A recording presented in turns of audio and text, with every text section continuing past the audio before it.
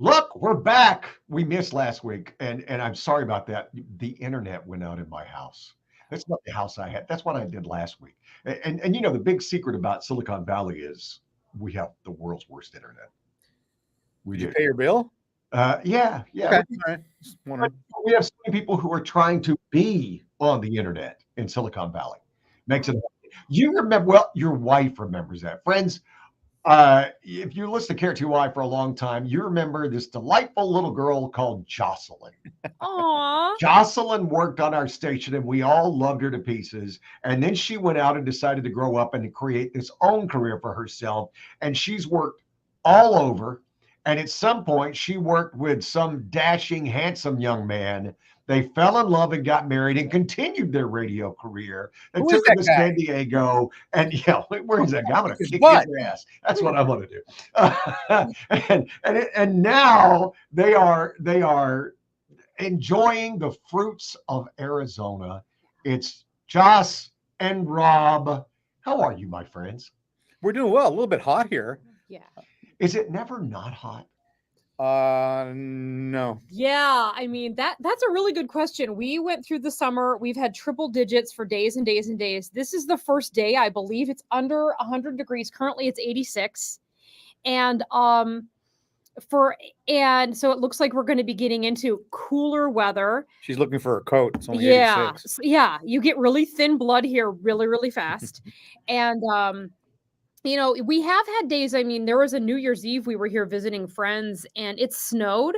I said, I need to get a breath of fresh air. And I turned around and there was snow in the desert and it was magical. So it can get cool sometimes, but Sure wasn't the champagne that you were. yeah, no kidding. Right? And but we went through, days with 105, 110, and you just kind of like put your head down and deal with it. Like there's no use dwelling on it or being upset about it. You just go. Well, we do have a pool too. That which is really helpful. kind of helps out. And Yeah. that's my thing because I am from Alabama, right? Lower Alabama, LA is what we like to call it. And it is ungodly hot. And yes, I've got my and people who've reached out and asked me about because I have family in Florida and they've asked me about the hurricane stuff. And yes, many of my family have gone up to stay in Alabama and I'm worried about the rest of them. But the worst thing about the hurricane is electricity's out for days and it's sweltering hot. And it's the same thing because we add humidity. At least Arizona's the dry heat, right? Absolutely. It does make a difference. Yeah. Yeah, but Rob, you're exactly right. People go, "How do you stand it?" Well, you just do. Today is our first day in over a week here in the confines of lovely Northern California, which you both are very aware of. Yeah. Today is the first day that we're not either at or over 100. Wow. That's hot for you guys too. Well, we do appreciate that because we're flying up tomorrow. Well, As a and matter of fact. So thank you. you're literally tomorrow's supposed to be the coolest day we have had in Yes. weeks. All right. Yes. Tomorrow's high is supposed to be in the 70s. Oh, Nice. thank God. Yeah, we're excited. We're coming into Oakland for a night and then we'll be up in the Sonoma County wine country, which that's where we met. We were on the radio up there for a really, really long time. So yeah. What's it like now? I wonder because you guys have a unique situation, right? I mean, Julie is my work wife that I've done the show with forever, and I remember back in my single days, my somebody saw me at an event. And they said you should marry Julie, and I'm like, first of all, Julie's married. Second of all, do you think I would talk to her the way I talk to her if I thought there was a chance I'd never see her naked again? No. No, it would be a completely different show, right? Right. And that's the wonderful thing we have. But you guys are married, and what is that like? What is like? I mean, do you ever sit back and go, "Hey, I'm," because it's easy for me to sit back and say, my wife last night, and I never try to talk bad about her, but I do sit back and usually if I make fun of anybody, it's me and my reaction to her. Yeah. How do you guys navigate those waters? Wow, that's a really good question. Would you like to, or shall I? look, she's afraid to answer it, Rob. I'm the husband. You go first. Oh gosh, how do we know? Well, the one way that we really navigate the waters is with a sense of humor. On and off the air, we probably have a few good laughs every single day. Off the air, honestly, it's a very healthy dose of dirty jokes. Yeah, we between tease each other a lot.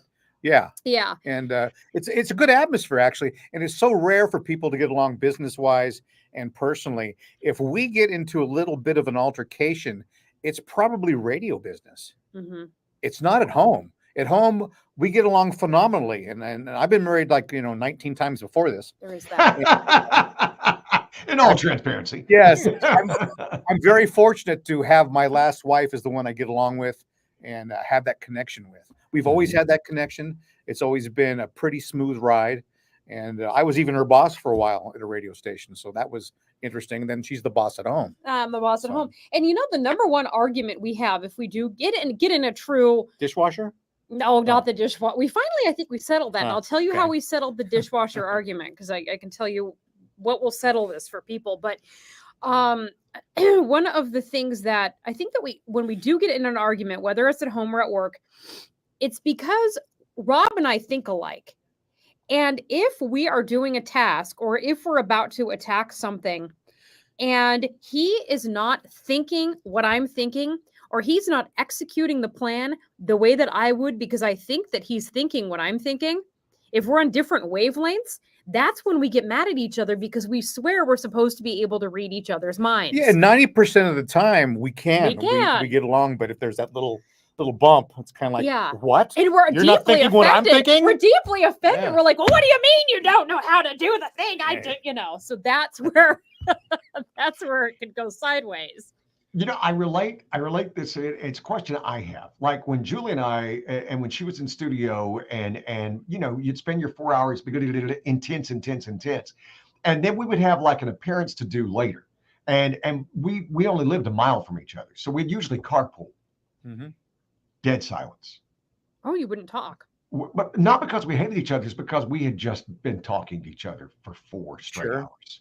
Yeah. And you think about how much, if you guys weren't married, when you go back to previous relationships before bliss was found, think about when you got off the air, you didn't go and say, hey, honey, you go home. I don't come on to my wife and go, hey, you got a 45 minutes? Let's talk. Right? Because you had kind of talked out yourself, and then you had to find that. And that's with somebody you don't work with. But when Julie and I would have time together, it'd be like, you good? Yeah, I'm good. Wow. So do you guys talk a lot when you get home too? Oh, yeah, absolutely. We have a regular at-home relationship as we have a work relationship. Sometimes we will combine both of them, and we'll say, why don't you save it for the radio? Yeah, if I'm like, oh because my God, I gotta tell funny, you what happened. Yeah. And we don't want to blow the whole thing with each other at home, when we can surprise each other on the radio and say, I'll bring this back up, and then I'll tell you. Yeah. And we actually do talk a lot at home, and sometimes it's about work. Sometimes we talk about work in unexpected places, like we're having a beer in the swimming pool, and I'm like, well, tomorrow at 6:48, let me tell you. So we'll do that. That's fun. Sometimes here's your quarter-hour programming. Yeah. Do you find yourself promoting what's coming up next? Hey, in 15 minutes we have dinner. Caller 9, are you there? Are you there? Then on the way to work in the morning, we used to do this more in San Diego. About a year ago, we worked in San Diego, for people who don't know, and we came to Tucson. We had a little bit of a longer commute in San Diego, and we used to sip our coffee and talk a lot and solve the problems of the world on the way to work.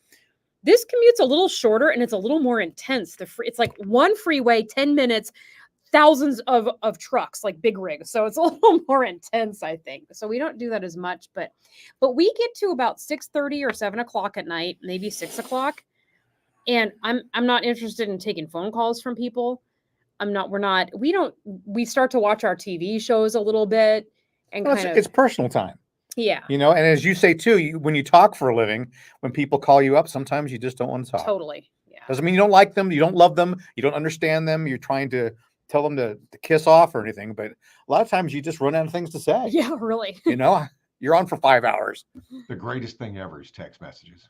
Oh yeah. And that just changed the game. Oh yeah. I love text messaging, because I do hate talking on the phone. Mm-hmm. Yeah. And I love, and then text messages, and then emoji. I love that. Oh yeah. Yeah. You see a lot of that, That'll do. So that way you can see that I have seen your message and have digested it, and I give you the thumbs up, and now we're done. Yeah, leave me alone. You know why I use Messenger with you a lot, Gary, because I have fat fingers, and texting is actually sort of difficult. So that's why you get messages from me a lot on Messenger. Well, the messenger works out fine. And you have those friends, and you're one of them that are the sporadic text, right? That you text them. And I've got friends like that. You'll text them, and then you may hear from them in 2 minutes. You may hear from Yeah. them in 2 weeks. Yep. You know, and once you learn to go, that's their rhythm, and you learn not to be offended, Yep. right, by that. And that's the other thing, because I also, yeah, sometimes I run a little long. I know it's been 10 minutes, but sometimes I run a little long. But the other thing is, did you guys ever make it a conscious decision not to offend the other? Because you can only control what you say. You can't control how you feel.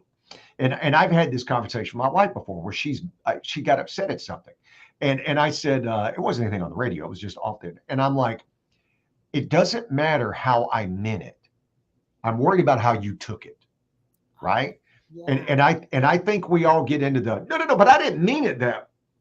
Well, it doesn't matter, right? And especially when you're doing what we're doing, where you're looking for the line. Yeah. Right. And radio people and comedian understand that. You're looking for that line. And whatever conversation you're having, you're looking for that line to punch it out, hit it, and bit ends, and there we go. We end up laughing.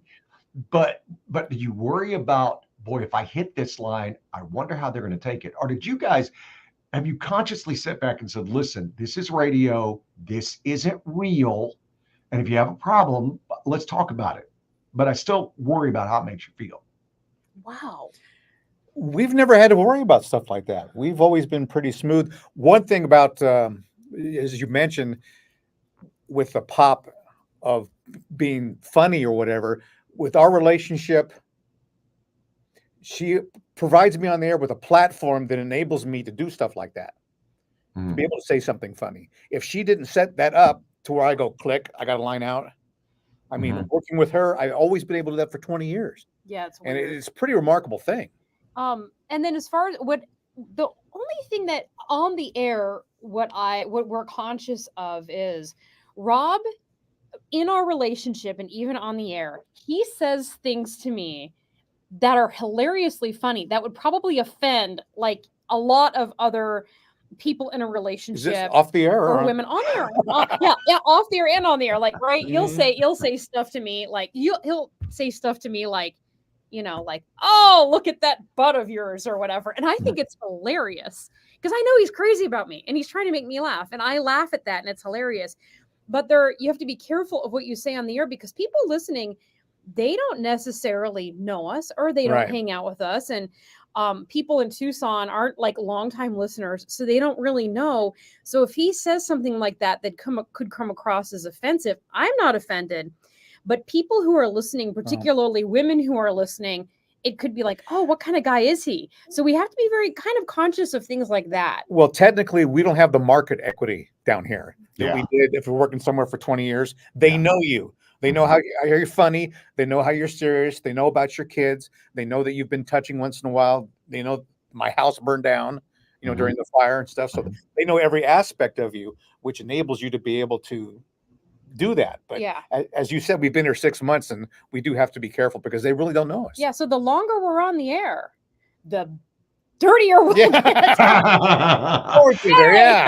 Well, but that's the thing that we all face and fight, right? The worst thing is the people who you think should be offended by whatever you say are not offended. The hard part of this is the people who get offended on behalf of someone. Yes. No matter what you say. And we've all met those people. You met them in your real life, but in our business, it gets exacerbated.